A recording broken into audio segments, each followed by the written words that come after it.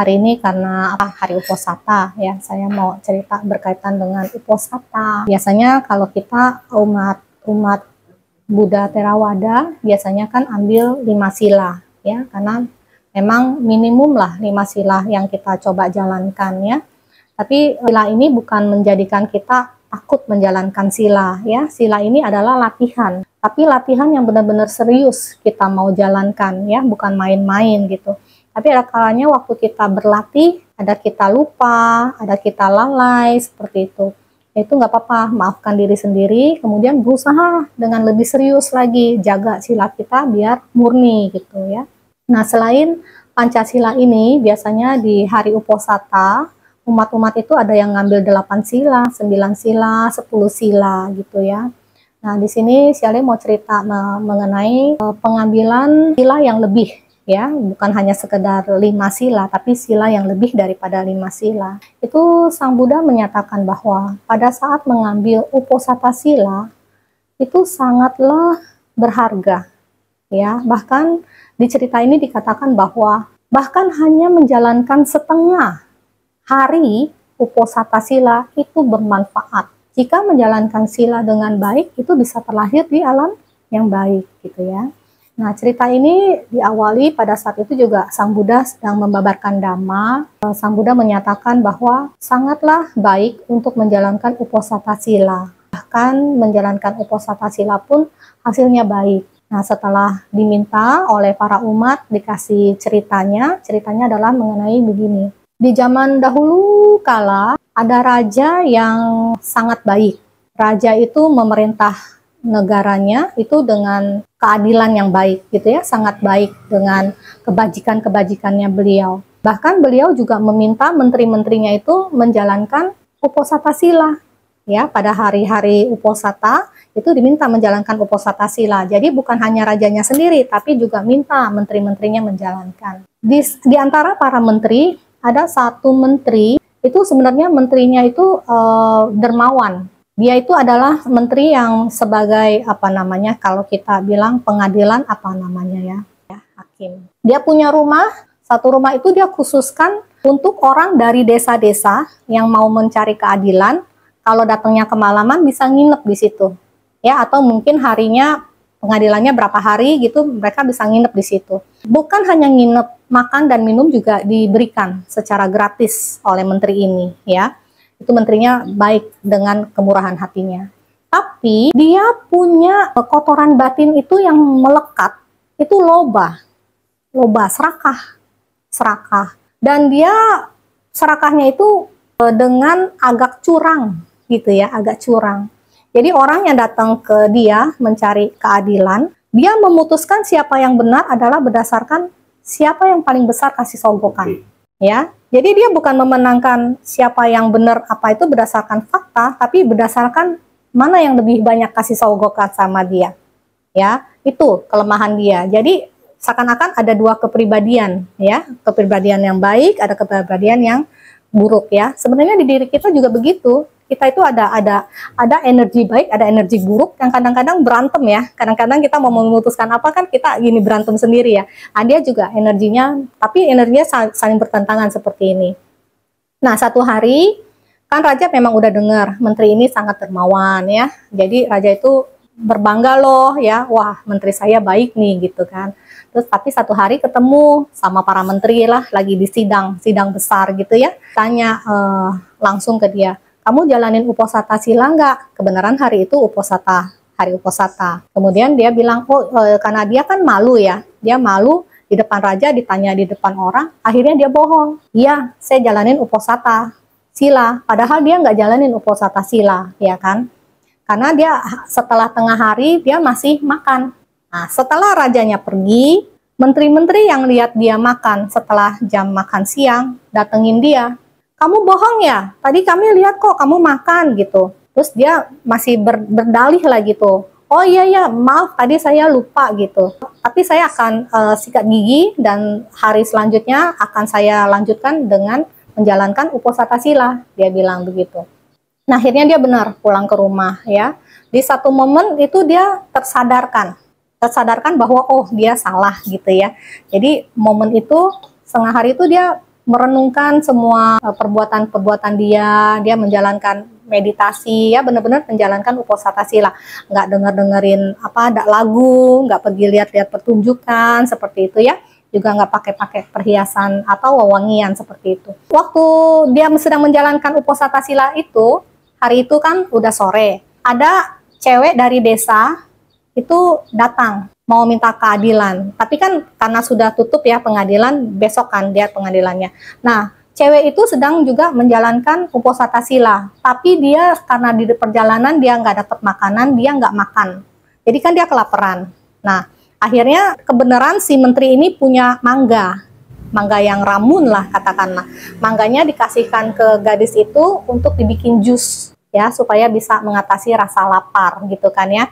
Nah, setelah bisa mengatasi rasa lapar, akhirnya gadis itu tetap bisa melakukan uposatha silanya dengan sempurna seperti itu ya. Kebesokan paginya kan dia tetap melakukan pemutusan keadilannya itu dengan berdasarkan sogokan ya, yang lebih tinggi ya.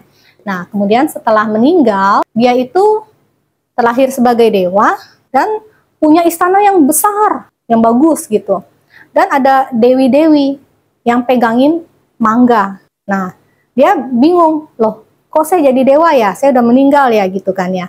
Terus iya, kenapa saya bisa punya istana seperti ini? Dia bilang, karena kamu punya rumah temporary itu kamu berikan kepada orang-orang dari desa-desa itu untuk menetap di situ kan, tinggal di situ, makanya kamu bisa dapat istana besar seperti ini. Terus kenapa ada mangga? Ya, karena waktu itu kamu juga memberikan mangga kepada gadis yang sedang kelaparan, padahal tetap mau menjalankan uposatha sila gitu ya. Nah, seperti itu. Jadi dikatakanlah dia menikmati loh kehidupan di istana di situ dan menikmati jus-jus dan makanan-makanan yang dia suka lah seperti itu ya. Nah, itu kejadian sepanjang malam ya. Jadi dari malam itu sepanjang malam dia menikmati kemewahan-kemewahan terlahir sebagai dewa tersebut. Tapi menjelang subuh, biasanya dewa-dewa itu kan ada bunga-bungaan, ya ada pakaian ya. Bunga-bunganya udah mulai layu waktu menjelang subuh. Bunga-bunga udah layu, cahayanya udah pudar ya. Terus bajunya juga sudah mulai lusuh gitu dan mulai keringetan. Berarti tandanya sudah mau meninggal ya. Kemudian juga secara pelan-pelan pada saat matahari terbit, tubuhnya juga berubah. Tubuh dewa yang begitu menawan berubah jadi kurus, jadi panjang gitu. Katakan juga tangannya itu berubah, cuman punya satu jari, tapi jarinya itu besar seperti sekop. Ya, jadi berubah itu dengan perubahan waktu, dia berubah juga wujudnya, bentuk badannya berubah, dan dia terlahir sebagai setan di alam bawah peta, ya peta. Dan petanya itu dia nggak ada makanan, dia pakai kukunya, dia korek, dia punya daging sendiri dan dia makan dagingnya sendiri. Bagaimana itu, ya kan? Sakitnya kayak apa gitu, ya kan? Dan itu dia terjadi itu sepanjang hari, dari mulai matahari terbit itu nanti sampai matahari terbenam. Nah, berubah lagi tubuhnya yang hantu itu, berubah lagi jadi dewa lagi dan punya istana lagi gitu ya. Jadi sepanjang malam dia menikmati lagi kehidupan tadi. Ada dewi-dewinya yang siapin juga mangga kesukaan dia gitu ya. Nah, begitu. Dan itu terjadi dengan jangka waktu yang sangat panjang. Setelah dia berulang kali menjadi dewa dan menjadi peta, pada saat itu sang raja sendiri pun akhirnya sudah merasa bosan dengan kehidupan duniawi dan memutuskan untuk menjadi pertapa. Pada saat raja yang menjadi pertapa ini sedang bertapa di dekat sungai, beliau mendapatkan buah mangga yang mengalir bersama air di sungai dan kemudian diambil seperti itu. Dan dengan mangga itu sang raja hidup beberapa hari dengan memakan mangga ini sebagai makanannya. Nah, saat itu setelah mangganya habis, pertapa ini masih kepingin makan mangga gitu. Jadi dia karena masih kepingin, jadi meditasinya kurang berkembang. Saat itu akhirnya ada dewi yang mengetahui hal itu dan akhirnya membantu menunjukkan kepada pertapa tersebut ya, yang mantan raja itu, bahwa di sebelah sana itu ada hutan mangga. Akhirnya pertapa itu diajak dewi tersebut ke hutan mangga di sana, dan raja ini melihat. Jadi sang raja saat itu melihat bahwa pada saat siang hari makhluk ini menjadi peta, tapi pada malam hari dia bisa menjadi dewa seperti itu. Akhirnya raja bertanya sama makhluk tersebut, dan makhluk tersebut memberitahu, "Raja, kamu lupa ya, dulu saya itu menteri kamu," gitu katanya. Oh, pertapa itu akhirnya, "Oh, kenapa seperti begini kehidupan kamu sekarang?" Akhirnya dia cerita loh kepada pertapa tersebut ya, mantan raja tersebut, mengenai kisah dia. Nah, singkat cerita akhirnya si peta tersebut mau mendukung meditasinya si pertapa ini dengan setiap hari mendanakan mangga-mangga yang ada di hutan mangga tersebut. Singkat cerita, akhirnya pertapa ini bisa mencapai jana dan meninggal terlahir di alam Brahma. Ya, coba bayangin, kehidupan bisa begitu karena dia punya kepribadian yang seperti itu. Ya, ini agak ekstrim ya. Nah, ini saya cuma menekankan di sini, seandainya dia saat itu nggak menjalankan uposatha sila yang setengah hari, dan dia nggak ketemu gadis yang sedang menjalankan uposatha sila, dia nggak berdana mangga, apakah hal ini bisa dia dapatkan? Ya, belum tentu. Nggak ada karma baiknya yang mendukung. Kalau memang ada kesempatan melakukan uposatha sila, jalankan uposatha sila, ya.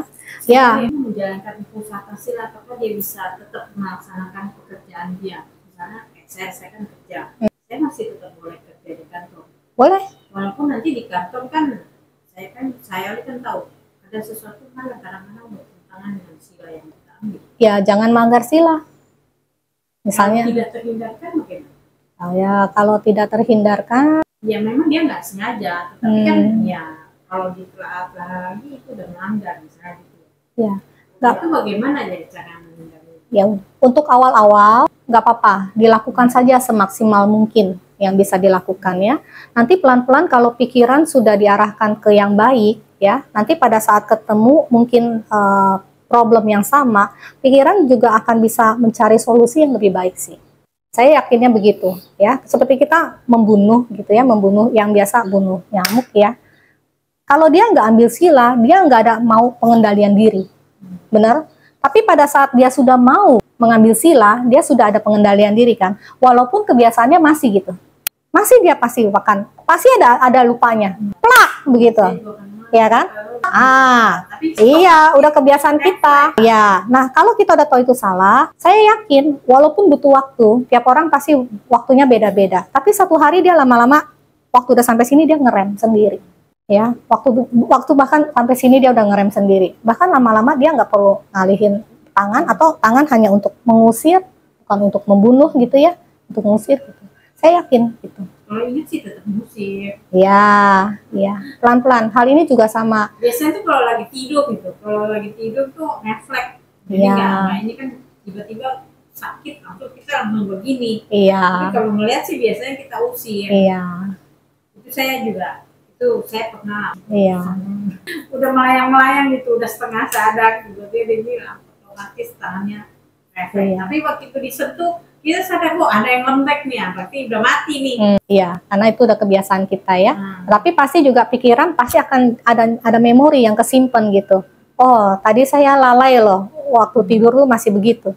Nanti pelan-pelan pikiran yang baik itu akan mengatasi kok. Pelan-pelan ya, butuh waktu ya. Jangan kita paksakan batin kita juga. Nanti batin kita malah kalau dipaksakan berontak ya. Pelan-pelan lah dengan meta gitu, dengan kita kasih kepada diri kita sendiri gitu. Oh iya, latihan saya masih belum sempurna nih, tapi semoga kedepannya lebih baik ya gitu. Nggak apa-apa, pelan-pelan.